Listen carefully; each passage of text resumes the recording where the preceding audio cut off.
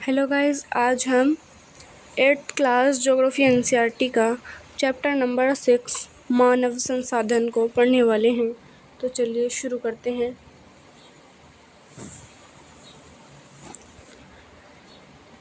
लोग एक ही राष्ट्र के सबसे बड़े संसाधन होते हैं। प्रकृति की देन केवल उस समय महत्वपूर्ण होती है जब वह लोगों के लिए उपयोगी होती है। लोग अपनी आवश्यकताओं और योग्यताओं से उसे संसाधन में परिवर्तित कर देते हैं। इस प्रकार मानव संसाधन ही अंतिम संसाधन है। स्वास्थ्य, शिक्षा और अभिप्रेरित लोग अपनी आवश्यकताओं के अनुरूप संसाधनों का विकास करते हैं।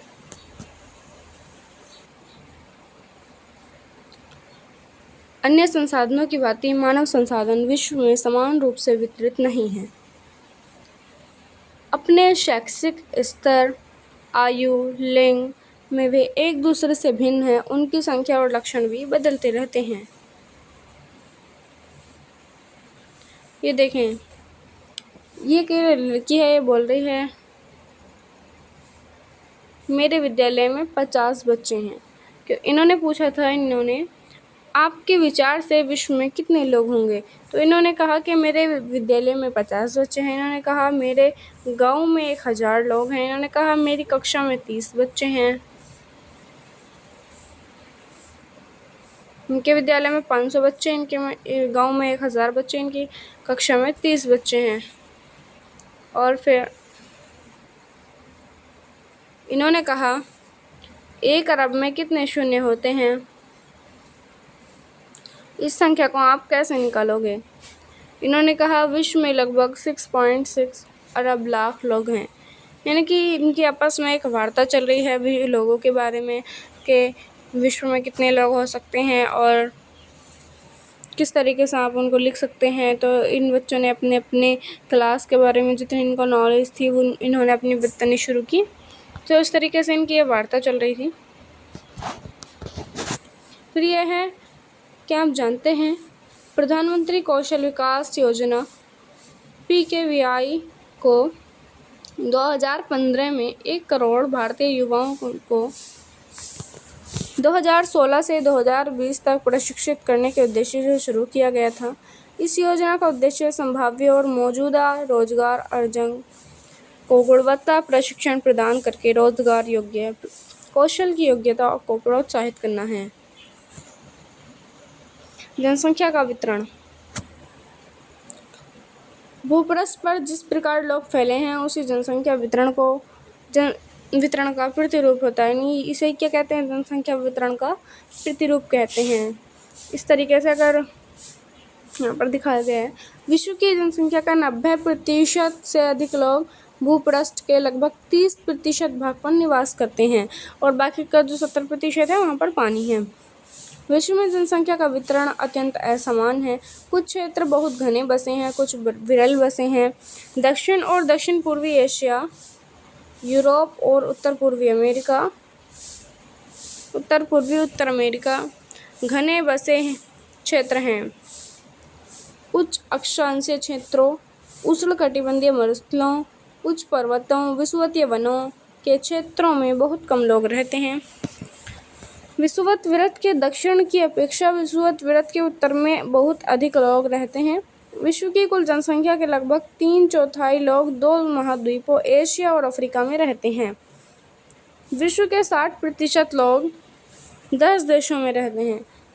इन सभी देशों में 10 करोड़ से अधिक लोग रहते हैं। ठीक है। फिर उसके बाद यहाँ पर ये एक वो दिया गया है चार्ट। यहाँ पर दिखाया गया है कि विश्व में प्रत्येक 100 लोगों में, यानी कि यहाँ पर एक व्यक्ति की गिनती 1% में की गई है और यहाँ पर सारे जो लोग हैं वो 100 लोग हैं, मतलब कि इनको 100% मान लिया गया है। और फिर बताया गया है कि एशिया वाले जो लोग हैं ये येलो कलर वाले हैं, ये एशिया के लोग हैं येलो वाले, और ये जो ऑरेंज कलर के हैं ये यूरोप वाले लोग हैं, ये वाले। ठीक है। और ये अफ्रीका के लोग हैं ये। फिर स्काई ब्लू कलर वाले मध्य व दक्षिण अमेरिका में रहते हैं। मध्य व दक्षिण अमेरिका में ये वाले लोग रहते हैं। और फिर उत्तरी अमेरिका में ये वाले लोग, ये पांच लोग हैं यहाँ पर। और ओशिनिया, ऑस्ट्रेलिया, न्यूजीलैंड और प्रशांत द्वीप समूह में रहने वाले लोग हैं 1%। ये वाले इस कलर वाले वो भी है, यानी कि 1% लोग इसमें रहते हैं ओशिनिया में। इस तरीके से क्योंकि यहाँ पर एक व्यक्ति का 1% दिया गया है तो आसानी से हम निकाल सकते हैं कि जो ये हैं ओशिनिया में रहने वाले लोग हैं वो 1% हैं। उत्तर अमेरिका में रहने वाले लोग 5% हैं और मध्य व दक्षिण अमेरिका में रहने वाले लोग 8% हैं। इसी तरीके से बाकी के हैं। ये देखें आप, यहाँ पर ये दिया गया है जापान के लोग, यहाँ पर जनसंख्या मिलियन में दी गई है। देखें, मिलियन में जनसंख्या दी गई है। सबसे ज़्यादा चीन की दिखाई गई है जो भी 2011 की इसके अनुसार है। ये यहाँ पर इतनी, ठीक है। ये भारत की, USA, Indonesia, Brazil, Pakistan, Bangladesh, Nigeria, रूस, जापान ये देश हैं और ये जनसंख्या है मिलियन में, ठीक है। ये फ़िलहाल 2011 की है, जनगणना के अनुसार है ये। अब आते हैं जनसंख्या का घनत्व। क्या आप जानते हैं भारत की जनसंख्या का औसत घनत्व 382 व्यक्ति प्रति वर्ग किलोमीटर है। जनसंख्या का घनत्व पृथ्वी पृष्ठ के 1/4 एक इकाई क्षेत्र में रहने वाले लोगों की संख्या को जनसंख्या का घनत्व कहते हैं। सामान्य रूप से यह प्रति वर्ग किलोमीटर में व्यक्त किया जाता है। संपूर्ण विश्व का औसत जनसंख्या घनत्व 51 व्यक्ति प्रति वर्ग किलोमीटर है। सबसे अधिक जनसंख्या घनत्व दक्षिण मध्य एशिया में है। इसके पश्चात क्रमशः पूर्वी एशिया एवं दक्षिण पूर्वी एशिया में है, ठीक है। फिर जनसंख्या वितरण को प्रभावित करने वाले कारक। जनसंख्या वितरण को कुछ कारक जो है प्रभावित करते हैं। एक भौगोलिक स्थिति, भौगोलिक कारक भी मतलब प्रभावित करते हैं। भौगोलिक कारक में आती है स्थलाकृति, जलवायु, मृदा और जल, खनिज, ये सारी चीज़ें भौगोलिक कारक में आती हैं। विस्थलाकृति जो है, लोग सदैव पर्वतों, पठारों की तुलना में मैदानी भागों में ही रहना पसंद करते हैं क्योंकि ये क्षेत्र खेती, विनिर्माण और सेवा क्रियाओं के लिए उपयुक्त होती है। क्योंकि गंगा के मैदान विश्व के सबसे अधिक घने बसे क्षेत्र हैं, जबकि एंडीज, आल्प्स जैसे और हिमालय जैसे पर्वत विरल बसे हुए हैं। जलवायु, लोग सामान्य रूप से चरम जलवायु जो अत्यधिक गर्म अथवा अत्यधिक ठंडी जैसे सहारा मरुस्थल, रूस के ध्रुवीय प्रदेश, कनाडा और अंटार्कटिका में रहने से बचते हैं। मृदा, उपजाऊ मृदा कृषि के लिए उपयुक्त भूमि प्रदान करती है। भारत में गंगा और ब्रह्मपुत्र, चीन में हुआंगी, चांगजियांग तथा मिस्र में नील नदी के उपजाऊ मैदान घने बसे क्षेत्र हैं। जल, लोग उन क्षेत्रों में रहने को प्राथमिकता देते हैं जहां अलवणीय जल आसानी से उपलब्ध होता है। विश्व की नदी घाटियां घने बसे क्षेत्र हैं, जबकि मरुस्थल विरल जनसंख्या वाले हैं। खनिज निक्षेपों वाले क्षेत्र अधिक बसे हुए हैं। दक्षिण अफ्रीका की हीरे और खाने, मध्य पूर्व में तेल की खोज से इन क्षेत्रों में लोगों को रहने के लिए प्रेरित किया है। सामाजिक, सांस्कृतिक और आर्थिक कारक। सबसे पहले आर्थिक कारक की बात करूं तो औद्योगिक क्षेत्र रोजगार के अवसर प्रदान करते हैं। लोग बड़ी संख्या में इन क्षेत्रों की ओर आकर्षित होते हैं। जापान में ओसाका और भारत में मुंबई 2 घने बसे क्षेत्र हैं। सांस्कृतिक कारक, धर्म और संस्कृति महत्ता वाले स्थान लोगों को आकर्षित करते हैं। वाराणसी, यरूशलेम और वेटिकन सिटी इसके कुछ उदाहरण हैं। सामाजिक कारक, अच्छे आवास, शिक्षा, स्वास्थ्य सुविधाओं के क्षेत्र अत्यधिक घने बसे होते हैं। उदाहरण के लिए जो मुंबई का पुणे वाला क्षेत्र है वो। फिर आते हैं जनसंख्या परिवर्तन। जनसंख्या परिवर्तन से तात्पर्य यह निश्चित अवधि के दौरान लोगों की संख्या में परिवर्तन होता से है। विश्व की जनसंख्या स्थिर नहीं है, यह कई गुना बढ़ गई, जैसे 6.3 में दिखाया गया है। क्यों? ऐसा वास्तव में जन्म और मृत्यु की संख्या में परिवर्तन के कारण हुआ है। मानव इतिहास की लंबी अवधि में सन 1800 तक विश्व की जनसंख्या धीरे धीरे बढ़ रही थी। बड़ी संख्या में बच्चे जन्म लेते हैं, लेकिन शीघ्र ही उनकी मृत्यु भी हो जाती थी। ऐसा इसलिए था क्योंकि वहाँ उचित स्वास्थ्य सुविधाएं नहीं थी। सभी लोगों के पास पर्याप्त भोजन उपलब्ध नहीं था। किसान सभी लोगों की भोजन की आवश्यकताओं को पूरा करने के लिए पर्याप्त उत्पादन करने में सक्षम नहीं थे। इसके परिणाम स्वरूप जनसंख्या में वृद्धि बहुत कम होती थी। फिर सन 1804 में विश्व की जनसंख्या 1 अरब हो गई थी। 150 वर्षों बाद 1959 में विश्व की जनसंख्या 3 अरब पहुंच गई। इसे प्राय जनसंख्या विस्फोट कहते हैं। 1999 में 30 वर्ष की अवधि में कम से कम जनसंख्या दुगुनी 6 अरब हो गई। इस वृद्धि का मुख्य कारण खाद्य आपूर्ति और औषधियों के कारण मृत्यु दर कम होना है, जबकि जन्म दर अभी भी बहुत अधिक रही। जन्मों को साधारण जन्म दर से आंका जाता है। जन्म दर अर्थात प्रति 1000 व्यक्तियों पर जीवित जन्मों की संख्या में मापा जाता है। मृत्यु दर को प्रति 1000 व्यक्तियों पर मृतकों की संख्या में मापा जाता है। किसी क्षेत्र विशेष में लोगों को आने जाने को प्रवास कहा जाता है। यानी कि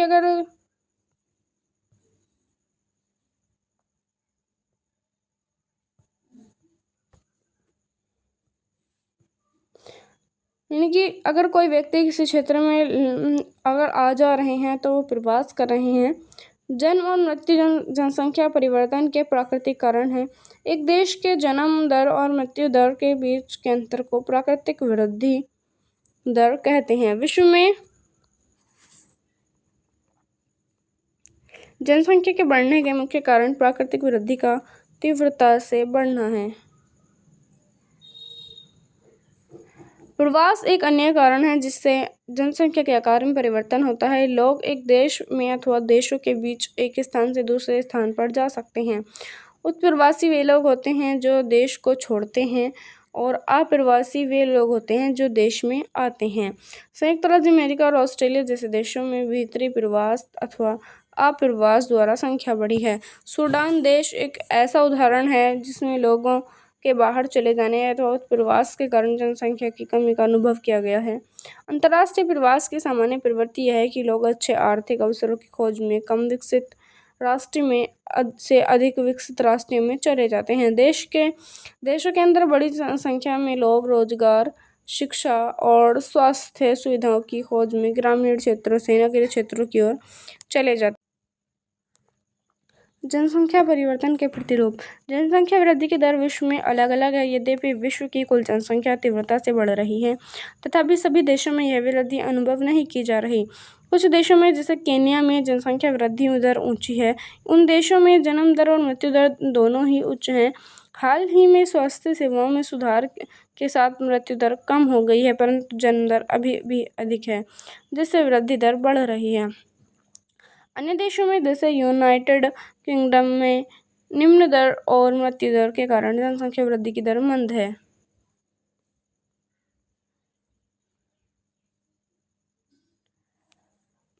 जनसंख्या संगठन। किसी देश की जनसंख्या कितनी भी अधिक हो, उस देश के आर्थिक विकास के स्तर से कुछ अंतर नहीं पड़ता। उदाहरण के लिए बांग्लादेश और जापान अति घने बसे देश हैं, लेकिन जापान बांग्लादेश से आर्थिक रूप से अधिक विकसित देश है।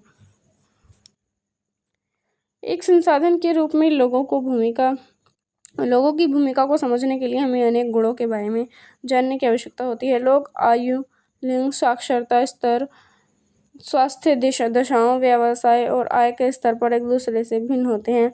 लोगों की इन विशेषताओं के बारे में जानना आवश्यक है। जनसंख्या संगठन जनसंख्या की संरचना को दर्शाता है।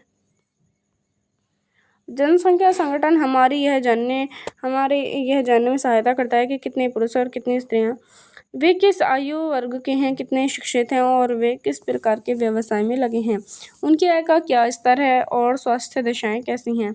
एक देश के जनसंख्या संगठन का अध्ययन करने की एक रुचिकर विधि जनसंख्या पिरामिड है, जिसे आयु लिंक पिरामिड भी कहते हैं।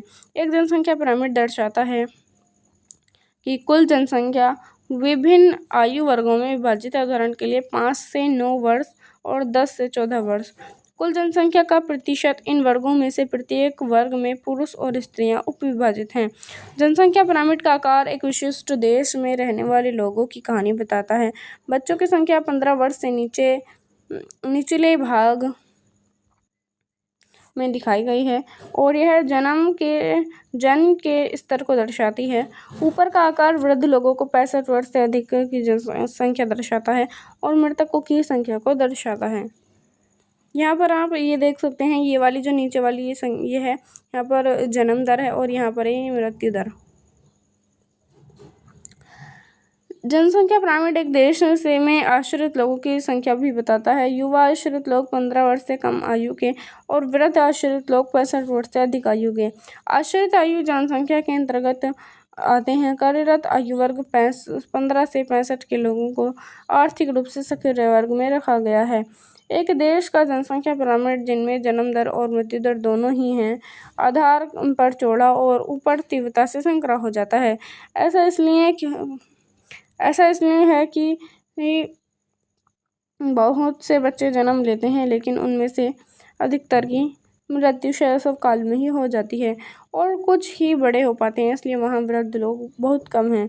इस स्थिति को केन्या के पिरामिड द्वारा दर्शाया गया है। ये वाला, जिन देशों में मृत्यु दर विशेष रूप से बहुत छोटे बच्चों में कम हो रही है, युवा आयु वर्ग को पिरामिड चौड़ा होता है और क्योंकि शिशु पूर्ण अवस्था तक जीवित रहते हैं, यह भारत के पिरामिड में दृष्टिगोचर होता है। ये वाला आप देख सकते हैं, इस तरीके से ये जनसंख्या मतलब जन्म दर है और ये बीच की युवावस्था और फिर ये वृद्धावस्था है। इस प्रकार की जनसंख्या में युवा सापेक्षता अधिक है।